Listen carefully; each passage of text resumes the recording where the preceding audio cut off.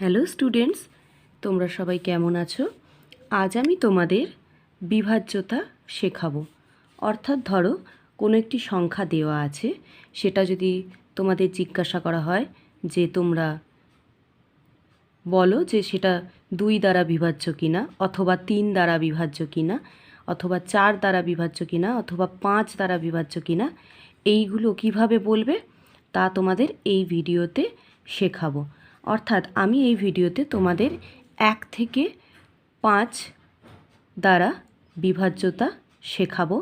তোমরা ভিডিওটা প্রথম থেকে শেষ পর্যন্ত দেখতে থাকো, তাহলে খুব সহজেই বুঝতে পারবে।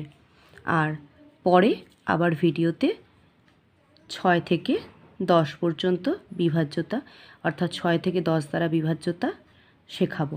তাহলে এখানে প্রথমেই চলে যাই 1 দ্বারা বিভাজ্যতা। অর্থাৎ 1 দ্বারা বিভাজ্য কি, কোনো একটি সংখ্যা ধরো দেওয়া আছে, সেটা 1 দ্বারা বিভাজ্য কি কীভাবে বুঝবে? যে এটা জেনে রাখবে যে কোনো একটি পূর্ণ সংখ্যা, যে কোনো সংখ্যাই সেটা কী হবে না 1 দ্বারা বিভাজ্য হবে।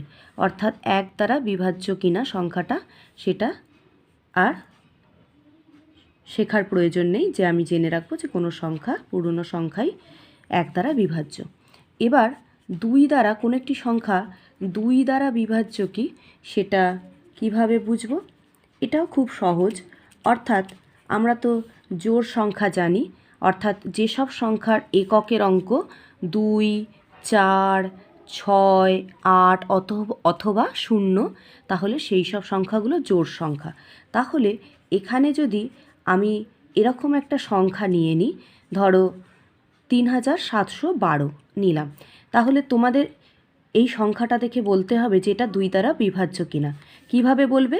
যে এই এত বড় সংখ্যাটাকে আর দেখার প্রয়োজন নেই, দেখে নেবে এই সংখ্যাটার এককের অঙ্ক কত আছে। এই সংখ্যাটার এককের অঙ্ক আছে 2, অর্থাৎ যেসব সংখ্যার এককের অঙ্ক বা শেষ অঙ্কটা 2, 4, 6, 8 অথবা 0 থাকবে, সেই সব সংখ্যাগুলো সবই কী হবে 2 দ্বারা বিভাজ্য হবে। অর্থাৎ যে কোনো জোড় সংখ্যাই 2 দ্বারা বিভাজ্য।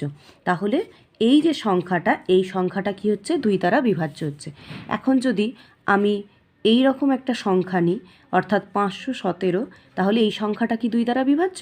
না, এই সংখ্যাটা 2 দ্বারা বিভাজ্য নয়, তাই তো? এবার 3 দ্বারা বিভাজ্য কোনো সংখ্যা 3 দ্বারা বিভাজ্য কি, সেটা কিভাবে শিখব? তাহলে দেখো, এটাও খুব সহজ। ধরো যে কোনো একটা সংখ্যা আমি এখানে আগে ধরে নিই 312। এই সংখ্যাটার সব অঙ্কগুলোকে যোগ করে দেব। অর্থাৎ এখানে এককের ঘরের অঙ্ক আছে, দশকের ঘরের অঙ্ক আছে, আর শতকের ঘরের অঙ্ক আছে। এই 3টে অঙ্ককে যদি যোগ করে দিই, তাহলে 3 যোগ 1 যোগ 2 মানে কত পাচ্ছি? 6। তাহলে 6 তো 3 দ্বারা বিভাজ্য, তার মানে এই 312 সংখ্যাটাও 3 দ্বারা বিভাজ্য। এখন আরও একটা বড় সংখ্যা নিয়ে দেখাচ্ছি।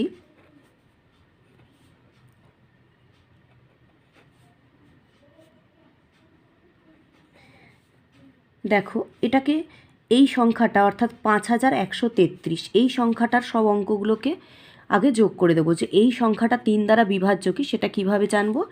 এই সংখ্যাটার সব ঘরের অঙ্কগুলোকেই যোগ করে দেবো। অর্থাৎ 5 যোগ 1 মানে 6, 6 যোগ 3 মানে 9, 9 যোগ 3 মানে 12।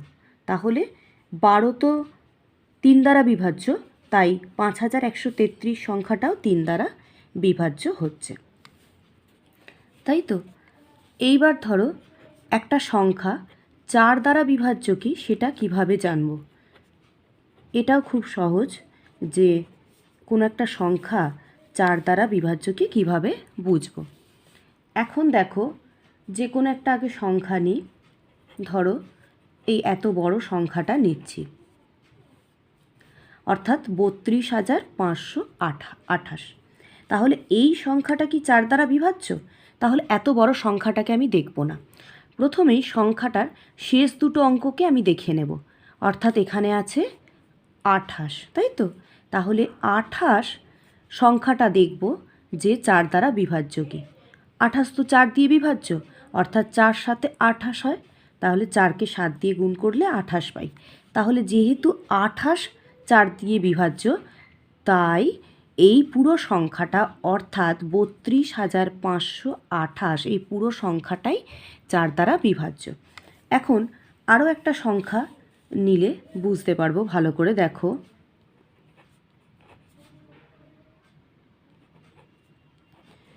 এখানে দেখো 67। 67 কি 4 দিয়ে বিভাজ্য? 4 দিয়ে বিভাজ্য নয়। দেখো, 4 একে 4, এখানে 2 নামছে, 7 নামছে, 4 ছয়ে 24, তাহলে 3 ভাগশেষ থেকে যাচ্ছে, তাই তো? তাহলে এখানে যেহেতু এই দুটো অঙ্ক 4 দিয়ে বিভাজ্য নয়, অর্থাৎ শেষ দুটো অঙ্ক 4 দিয়ে বিভাজ্য নয়, তাহলে এই পুরো সংখ্যাটাই 4 দিয়ে বিভাজ্য নয়, তাই তো? এইবার চলে যাই 5 দ্বারা বিভাজ্যতায়, বা 5 দিয়ে একটা সংখ্যা বিভাজ্য কি সেটা কিভাবে দেখে বলবো। এটা তো আরও সহজ। এটায় আমি যখনই দেখব কোনো সংখ্যার শেষে 0 অথবা 5 আছে, তার মানেই আমি সেই সংখ্যাটাকে দেখে বলেই দিতে পারবো যে সেটা 5 দ্বারা বিভাজ্য। অর্থাৎ আমি যত বড়ই সংখ্যা নিই না কেন, ধরো এইভাবে একটা আমি অনেক বড় সংখ্যা নিচ্ছি,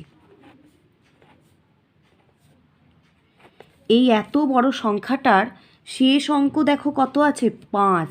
তাহলে এটা কি 5 দ্বারা বিভাজ্য? হ্যাঁ, এটা 5 দ্বারা বিভাজ্য। এই সংখ্যাটা 5 দ্বারা বিভাজ্য। এইবারে ধরো একটা সংখ্যা নিচ্ছি,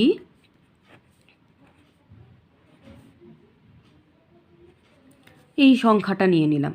এই সংখ্যাটা কি 5 দ্বারা বিভাজ্য? না, এই সংখ্যাটার এককের অঙ্ক কি? 5ও নেই আর 0ও নেই, 2 আছে। তাহলে এটা 5 দ্বারা বিভাজ্য নয়। তাহলে এটা কি তোমরা বলতে পারবে এই সংখ্যাটা কত দ্বারা বিভাজ্য? যদি বলতে পারো তাহলে কমেন্ট বক্সে অবশ্যই জানিও যে এই যে সংখ্যাটা দিয়েছি, এই সংখ্যাটা, এই যে আমি এতক্ষণ শেখালাম যে 2 দিয়ে বিভাজ্য না 3 দিয়ে বিভাজ্য না 4 দিয়ে বিভাজ্য না 5 দিয়ে বিভাজ্য, সেই 5 দিয়ে তো নয় বলে দিলাম। তাহলে 5 বাদে এখানে 2, 3 আর 4 কোন সংখ্যা দ্বারা এই সংখ্যাটা বিভাজ্য সেটা তোমাদের কমেন্ট বক্সে জানাতে হবে।